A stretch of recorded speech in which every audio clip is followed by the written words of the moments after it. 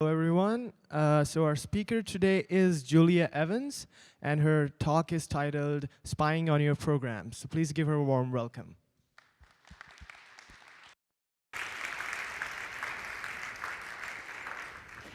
Hey everyone. So I'm Julia, and I'm going to talk about one of my favorite things that I've been learning about in the last year and a half, which is how to become a better spy. So I'm not going to take questions at the end of this talk. If you have questions, just tweet them to me. I might, if I have time, I'll try to answer them. But we're not going to do questions at the microphone. So let's get going. First off, this talk is not really about Python. It's about lots of stuff. It's about tools that you can use to debug programs no matter what programming language they're written in, which I learned was a thing only recently and was kind of a huge surprise to me. Most of the things I'm going to discuss in this talk are going to be Linux specific. We're going to get pretty fast to Linux kernel implementation details, which I promise you're going to totally understand because you're all really smart and I'm going to explain it. So don't worry. But this is a Linux specific talk, and you're going to understand why pretty soon. And the attitude that I want to kind of convince you of in this talk is that you should start thinking about your programs as black boxes, as if they're written by people who are malicious. This talk is really about the problem of how do you observe what a program is doing while it's running, right? You've written a program, it's doing something, and how do you know what that is, right? And there are some normal methods for doing this that we have. We often look at the source code. Who looks at the source code when debugging? A lot of you. You might add print statements. You might modify the code. You might think that to debug a program, you need to know the programming language that it's written in. None of these things are true. And the tools that I'm going to explain don't involve reading the program, caring about the programming language that it's written in, and we want to talk about how to be a wizard, right? How to debug without doing any of this stuff. This is something which is already familiar to you, right? I'm saying this is wizardry. This is not wizardry. If you look at a tool like top, which tells you what percentage of how much CPU your programs are using, that top doesn't care what language Chrome is written in, right? It's just it's using this much memory, it's using this much CPU, and that's it. And we're going to talk about more advanced ways to do that, and I'll explain what I mean by that as we go through this.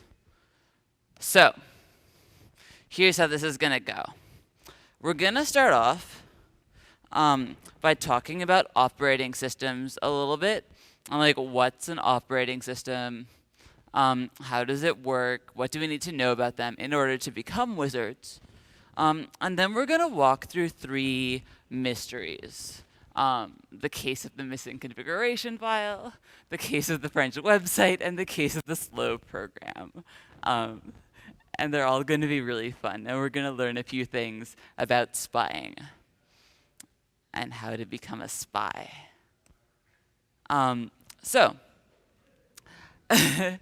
I want to talk a little bit about why you should love your operating system. When I started learning about this, I'd been using Linux for a long time, for maybe 9 years. And then at some point I was what does the Linux kernel actually do? And I realized that I was confused about some fundamental points about what an operating system did.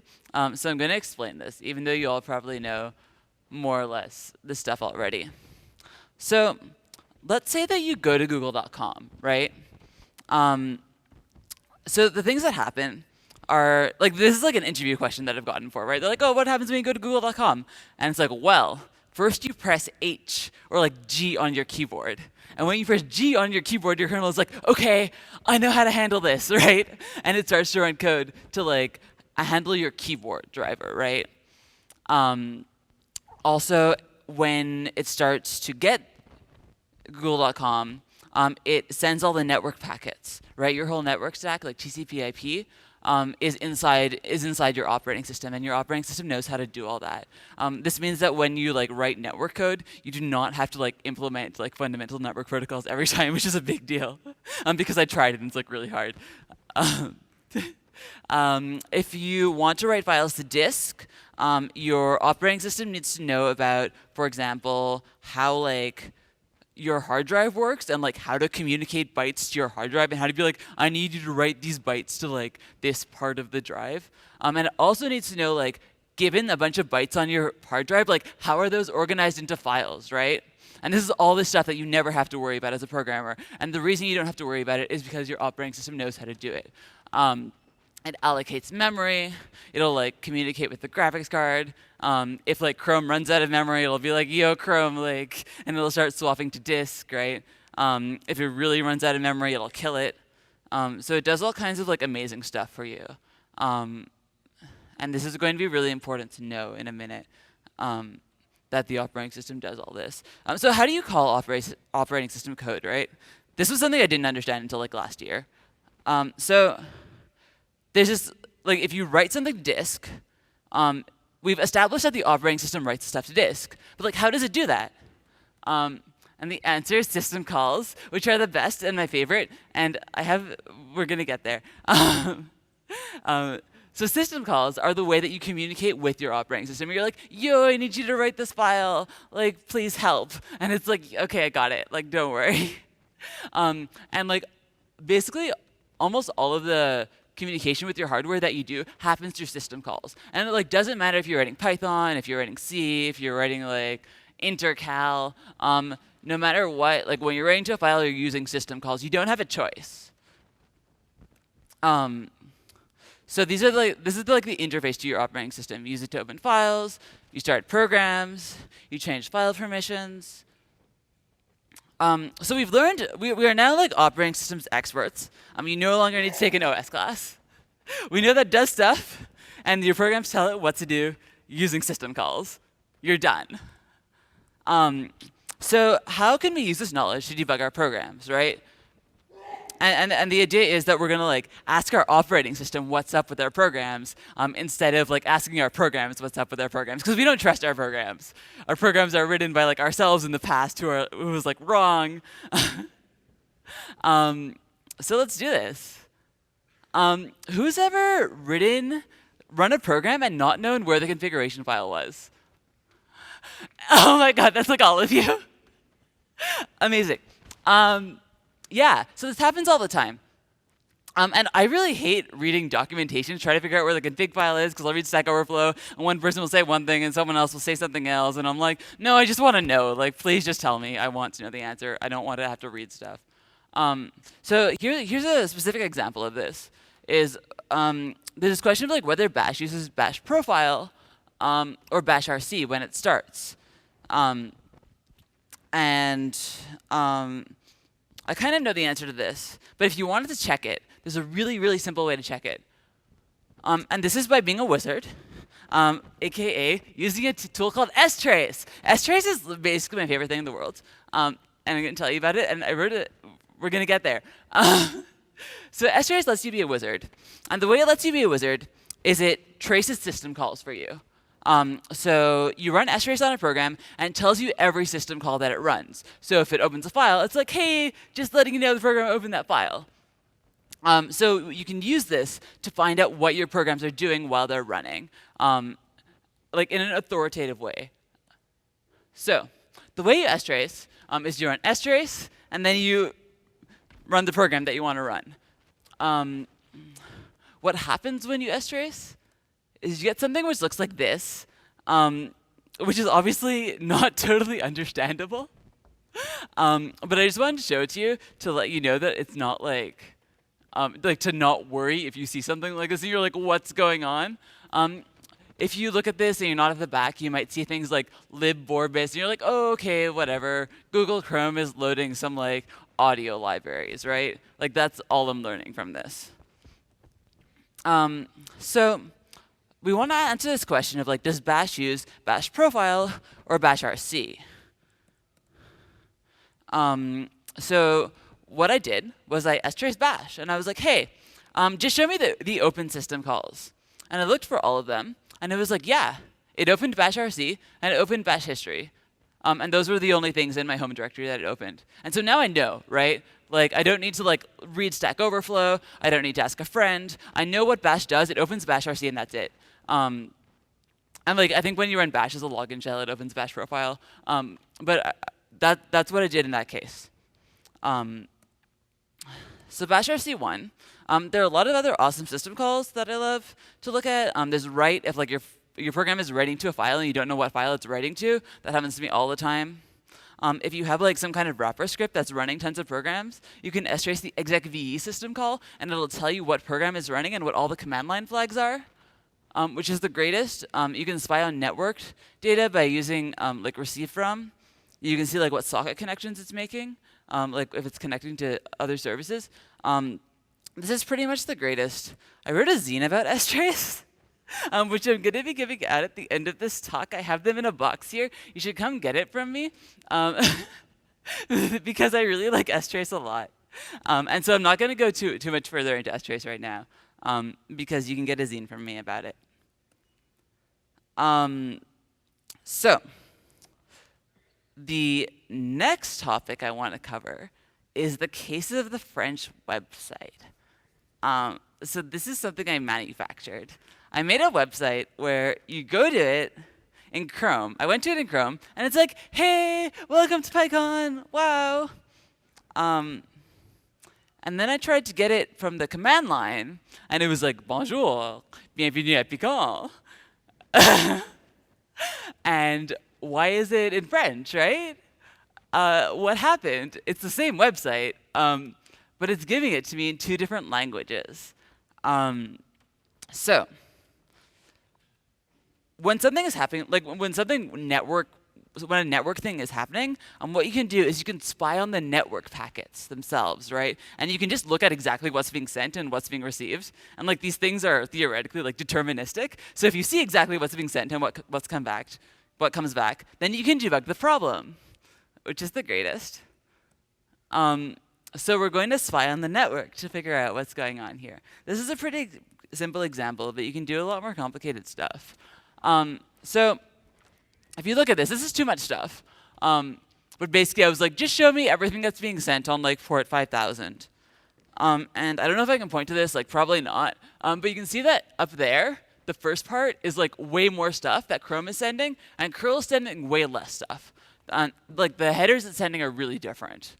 And in the middle somewhere, there's this header where it's like, accept language, English. So Chrome is like, please give me an English website. And curl is like, I don't know, just give me a website. It's okay. And the server's like, sweet, I'll give it to you in French then. So what happened is that they actually requested different things, right? And this is a little bit of a contrived example, but I think you can pretty easily see how like you could use this in like more serious network debugging situations. So if we use curl and we're like, hey, I want an English website, then it's like, hi, welcome to PyCon. And now we don't need to learn French. Even though learning French is pretty fun. So there are a lot of network spying tools that you can use. I used ngrep here because it was the simplest one I could find. There's TCP dump, which is a super powerful tool, which you can use to like dump all of your network traffic. Wireshark is the best. Wireshark is like a graphical tool which will like show you network traffic and let you like dig into it. And understand, and it really helps you understand what's going on because like it'll interpret all of the stuff for you.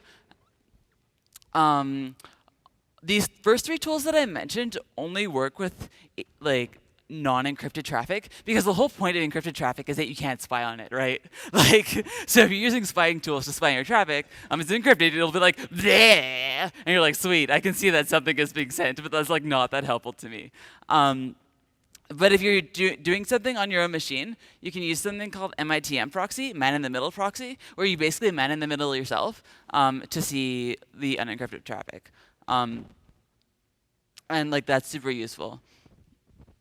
So like this is an amazing thing to do again because like you don't need to read your source code, right? Like you don't need to understand and think about the logic of your programs. You just need to be seeing what's sent and what comes back, and then like reason about whether that's the right thing.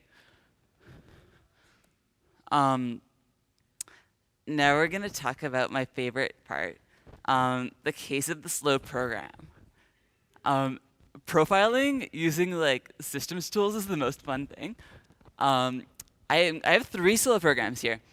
One of them is slow because it's spending too much time on the CPU. The second one is slow because it's doing too much I/O, like it's writing too much data to disk. And the third one is slow because it's waiting for some server. And what we're going to do is we're going to identify which one is which without like reading the code or anything. We're just going to run the programs and then we're going to know because we're wizards. And we're going to use new tools to do this. One of my favorite tools when I was doing this was actually time. Who's used the time command to find out how long something takes? Time is awesome. Time does 2 things. It tells you how long a program took. This program, mystery program 1, took 2 seconds, which is a useful piece of information. It also tells you how much time it spent on the CPU, which is what I have a poll question for you. If it's not on the CPU, what is it doing? I/O, maybe, yeah. But fundamentally, it's waiting. It's waiting for something. Whoever said waiting wins. It could be waiting for I/O. It could be waiting just because there are other programs which are doing stuff, right? And like the operating system scheduled it off, and it's like, sorry, right? I have more important stuff to do than you. But yeah, it's waiting. So there's this like basic question of like, what is it waiting for? And it turns out that we can just ask the operating system this directly without trying to like read the program or reason about it. And we're going to do this by like looking into the kernel's soul. Pretty much literally.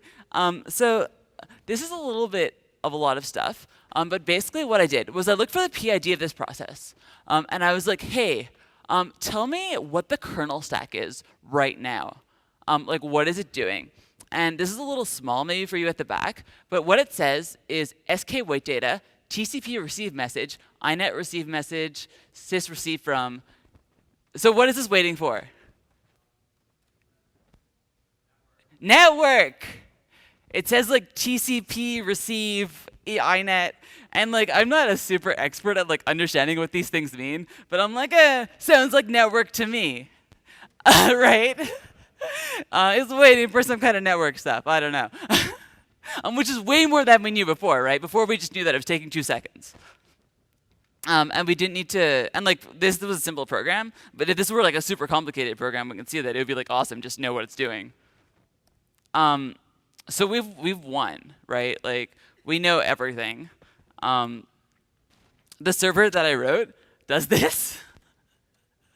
So the reason it's waiting is because the server has sleep in it. So that's why it was waiting. The next one I want to do is mystery program number 2. This one took 2.74 seconds. It's like the same amount of time, but it spent 99% of its time on the CPU. And this, to me, is like all I want to know about this program. Like, it's just doing some computations. And this is like an instance where I'm just like, just use a Python profiler. Like, this was all about like not using Python profilers. But like, if it's spending all of its time doing CPU stuff in Python, then like, find out what the Python is doing, and that's it, right? Like, we don't need to do any like special operating systems magic stuff. Like, we're done here. And time told us like everything we needed to know. What this program is actually doing is this. It takes a while. Yeah.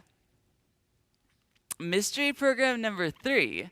This one is cool because I wrote this program and I thought I was going to know what was going on with it. And then like a whole new mystery came out of it, and then I had to solve it. And it was like slow in ways I didn't expect. So here's what happened. I timed it twice. And the first time it took 2 seconds. And the second time it took 10 seconds. And this was like a deterministic program that I wrote, right? It was just doing one thing, like it wasn't that complicated. But it was taking like radically different amounts of time, right? And waiting for really different amounts of time. The first time it was waiting like 40% of the time, it was spending 60% of its time on CPU. And the second time it was waiting like 90% of the time. And I actually had no idea why this was happening. Because I wrote this program and it was like 4 lines of code, right? So we're gonna do our first step. Oh yeah, we need to do a demo. Okay, this is gonna be fun. Oh no. Okay, so we started our program. We try to get our password right. And we're gonna do this thing where we like look into the kernel's soul again while it's waiting. Let me maybe do this in a different.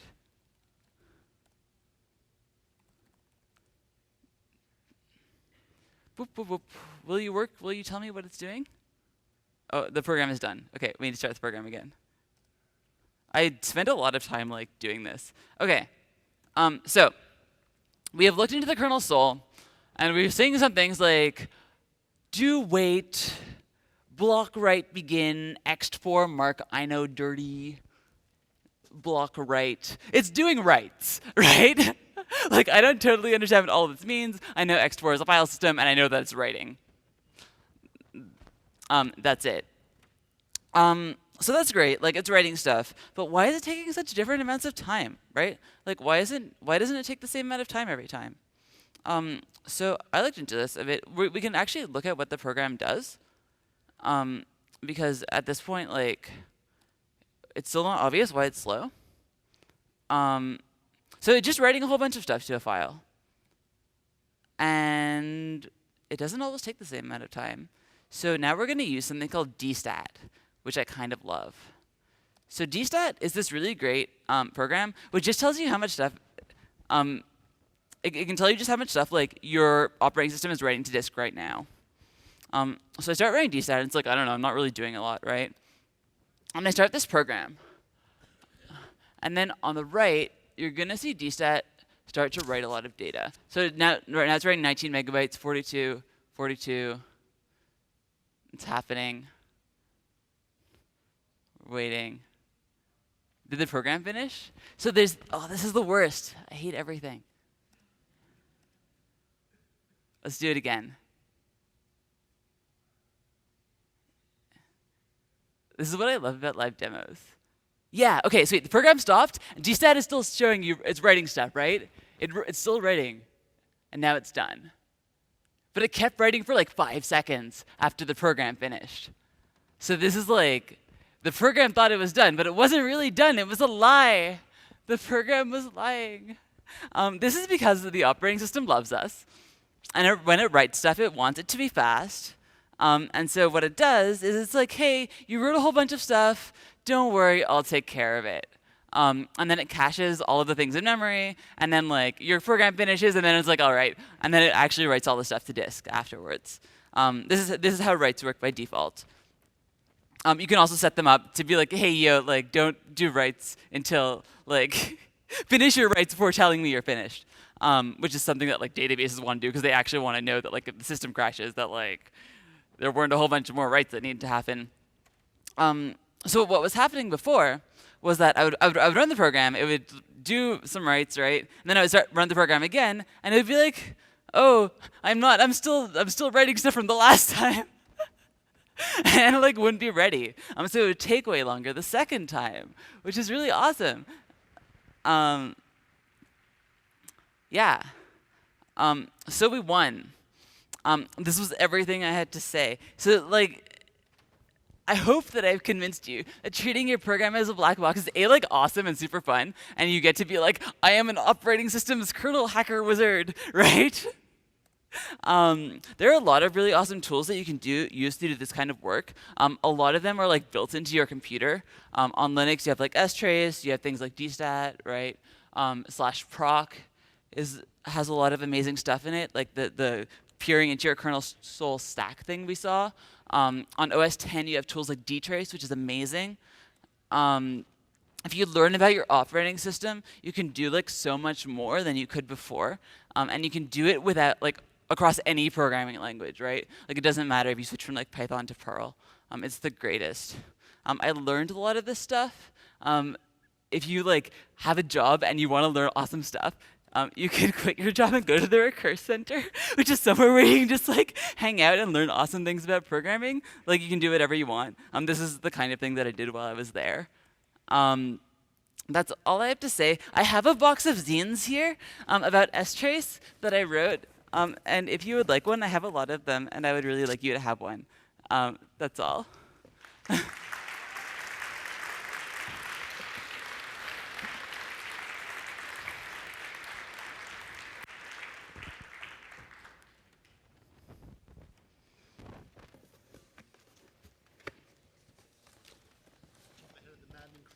Yeah. Thank you. No problem.